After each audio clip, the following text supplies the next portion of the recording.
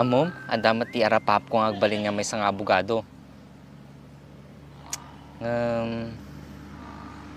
Gapotiri ka tibiyag, kaslahang kumatan ma tong palanan ti arapap kon. Numan pa'y mo kasta, kat hanak maawan tinamnama. Ta amok, no ada ti gagat kan anos mo, ada tulat ta. Mabati kan.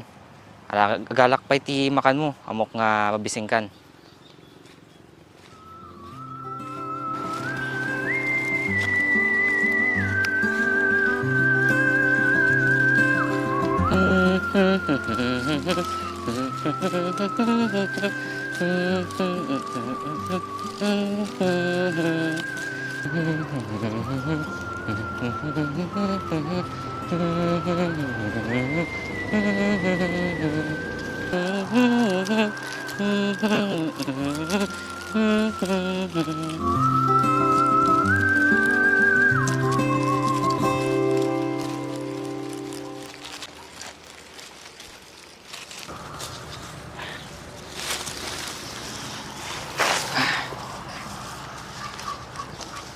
Alam mo, hindi natuloy yung pangarap ko na maging abogado. Pero may bago akong pangarap. At yun yung mapagtapos ko yung mga anak ko. Manong Rolly! Nya nga, kamusta tan? Kasi lata, sikangan. Kagagaling ko doon sa co-op. Katatapos lang din kasi namin mag-meeting sa kung paano mapapausbong yung natin, samahan. Nya nga garod, kamusta nagdakila tayo baka mo? So nga rod, magbiit nga dumakkel. Maluganan sa pain niya. Maglugan ka man garod. Nabuo ang aming kooperatiba na Bantog Samahang Nayon taong 1973. Sa paglipas ng mga taon, napakaraming pagsubok ang dumaan. Hirap kaming i-market ang aming mga produkto at nagkakasakit ang aming mga kalabaw. Nung ako ang umupong chairman, hindi ko alam kung paano ito isasalba sa tulugyang pagkalugi. Isa itong malaking responsibilidad na nakapatong sa aking balikat.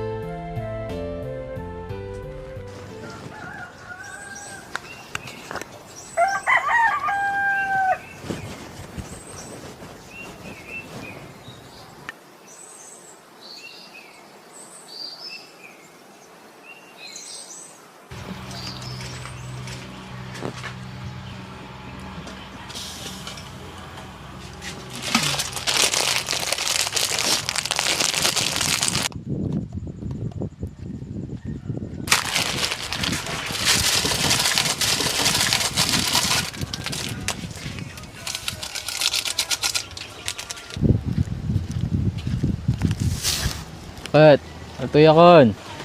O Rolly, dati ka magaya man. Umay kantag, tugaw kanta lang kabitidanom.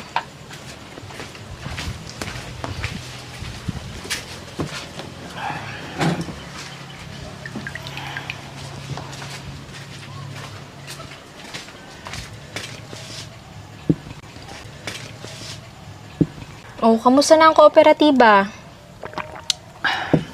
Kasyelata nagababalata ti kita. Balbalakan na garo nga umalisan. Tsaka maramido kon. Paano na tayo niyan? Hindi rin naman sapat yung kinikita natin. Kapos na nga tayo Kamagalala. Gagawa natin ang paraan yan. Paano? Halos wala na nga tayong makain. Malalagpasan din natin to.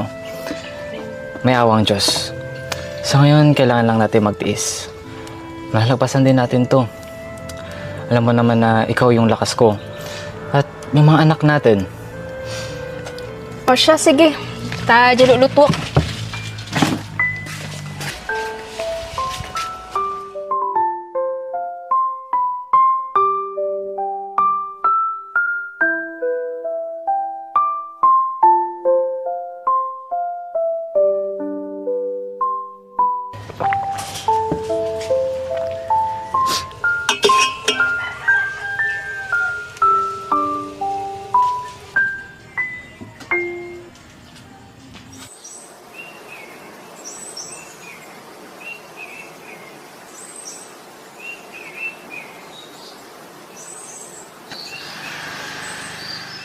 Manong Rolly, hindi ako mati bagak niya.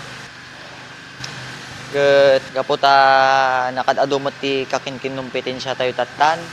Nagbabapay ti sweldo, tapos bastit pa ti gudwaan. Kung nagtultuloy nga kasta, awan ti sa baling nga pagalaak. Tapos, yan tula ti mapasama ken nga eh. Kat umalis ak tulat tan garud, ano kasta? So nga Rod, hanggang dandanag ha. Tulat ta. Kailangan lang natin magsumikap sa farm natin.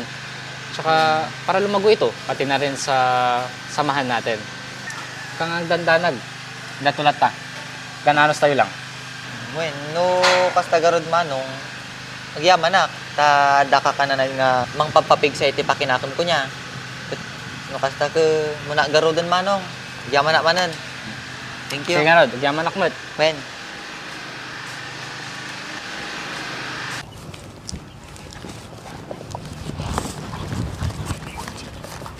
Ay, Rulay! Inyangay, kamustan? Kasi lataan na Ay, dati mama amuak. Ay, panggap dita samahan nyo. Apay si uutang kayong magkanon.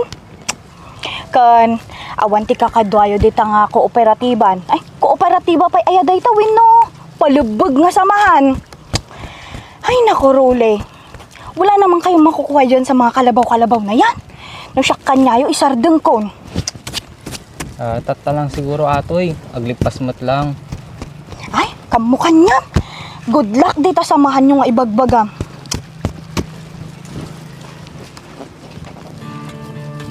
Gaya nga ng sabi ko, maraming beses nang dumaan sa pagsubok ang aming samahan. Minsan ay pinagtatawanan pa kami. Pero tulad ng isang kalabaw, nagpatuloy lang ako sa pagsusumikap. Mabuti na lang at may nakapansin sa patuloy naming pagpupursige.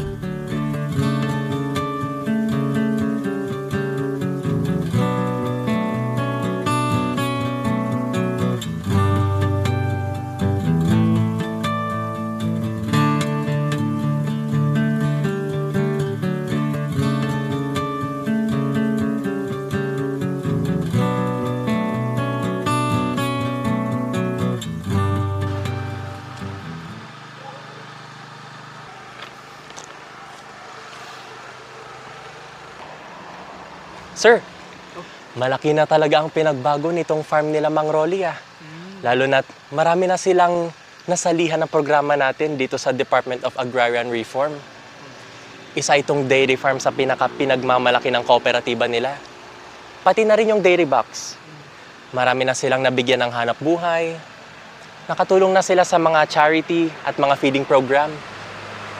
Siyempre, nakikilala ang kanilang kooperatiba dahil napakalaki talaga ang contribution nila sa agrikultura.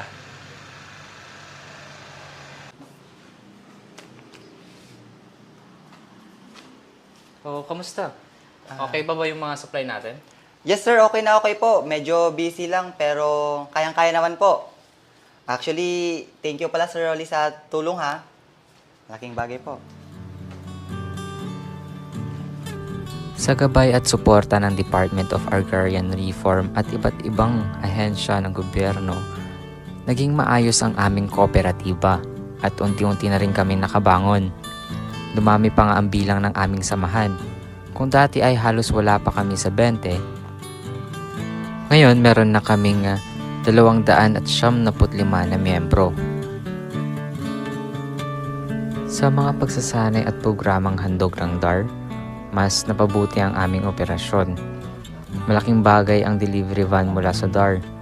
Napagaan nito ang aming mga trabaho at nagbigay daan upang mas mabilis at maayos naming maihatid ang aming mga produkto.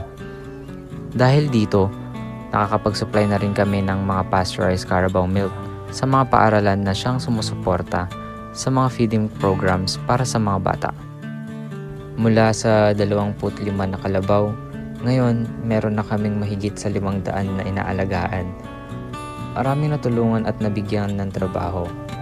Sa tulong din ng DAR, nakakuha kami ng license to operate mula sa Food and Drug Administration. Isang malaking hakbang patungo sa mas malaking merkado. Napakalaking tulong din ng donasyon na dairy box building na pinangunahan ni Congressman Conrado Estrella III. kasama ang buong suporta ng lokal na pamahalaan.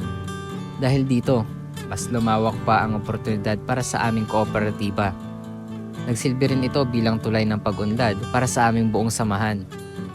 Dahil sa ugnayan namin sa mga institusyonal na mamimili, naging malaki at matatag ang ambag ng Bantog Samahang Nayon tungo sa kabuuang benta ng DAR Pangasinan sa ilalim ng Partnership Against Hunger and Poverty Project. Ang mga pagkilalang nakamit ng aming kooperatiba ay katas ng pagsisikap ng bawat miyembro na layunin ang masaganang buhay. Hindi man kami nagsimula ng malaki, ang pagkakaisa at determinasyon ng bawat isa ay nagsilbing puhunan sa bawat tagumpay. Mang Rolly! Mang Rolly, kamusta?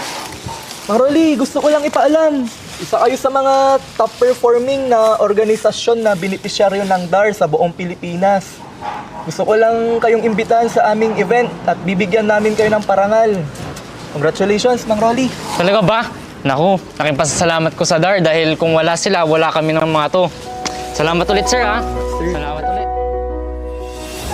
Pag-asa ang naging daan namin tungo sa tagumpay. Nakatanggap ang aming kooperatiba ng iba't ibang parangal at pagkilala. Tagumpay ito hindi lamang ng kooperatiba, kundi pati ng bawat isa na nagsakripisyo para sa magandang kinabukasan. Nakapag-aral ang mga anak ko. Isa sa kanila ang nagpatuloy ng aking pangarap na maging isang ganap na abogado. Ngayon, masasabi kong pwede na naming anihin ang bunga ng aming pangarap.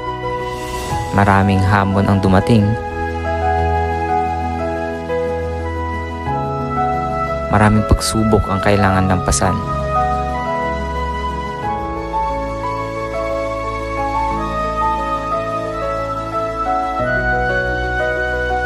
Mahirap man, andan tulad ta.